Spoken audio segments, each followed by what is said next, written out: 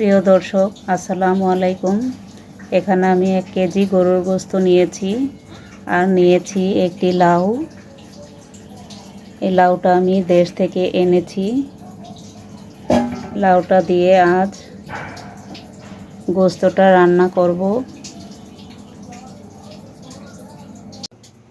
দেখুন, চুলাতে একটি পাতিল বসিয়ে দিয়েছি, এখানে তেলটাও দিয়ে দিয়েছি।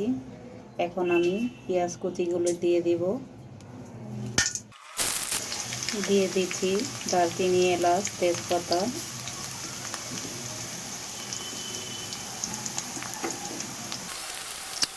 এখন আমি পেঁয়াজটাকে একটু ভেজে নিব। দেখুন, আমার পেঁয়াজটা হয়ে গিয়েছে।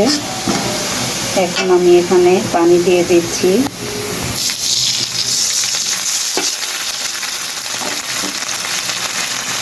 দিয়ে দিচ্ছি স্বাদ মতো লবণ।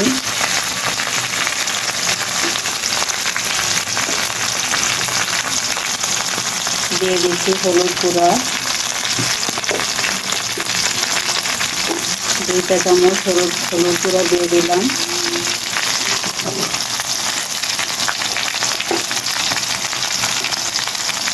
এটা হচ্ছে মরিচ গুঁড়া।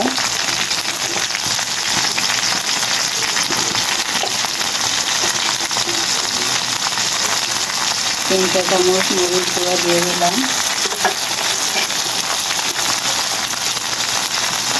দিয়ে দিচ্ছি আদা রসুন বাটা।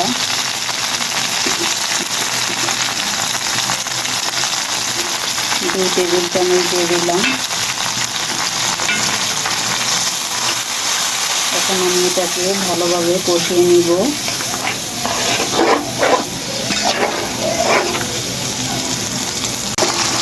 দেখুন, আমার মশলাগুলো কষানো হয়ে গিয়েছে।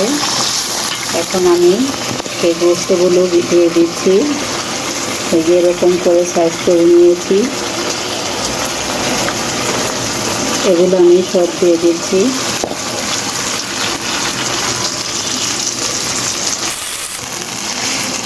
গোশতটাকে ভালোভাবে কষিয়ে নিচ্ছি।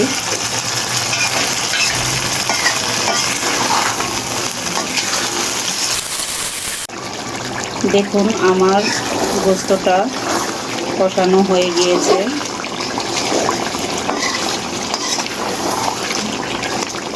এখন আমি ঝোলটা দিয়ে দিচ্ছি।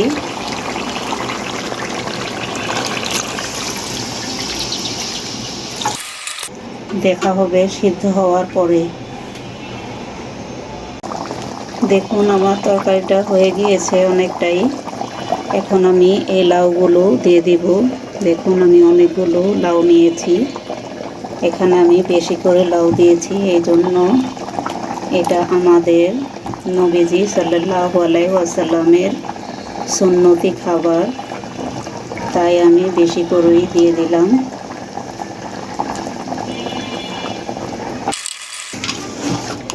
দেখুন, আমি নেড়ে চেড়ে দিচ্ছি।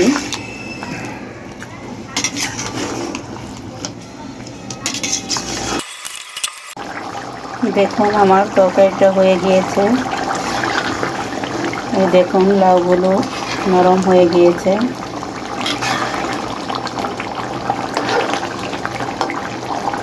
আমি এখন একটু জিরার গুঁড়া দিয়ে দিচ্ছি।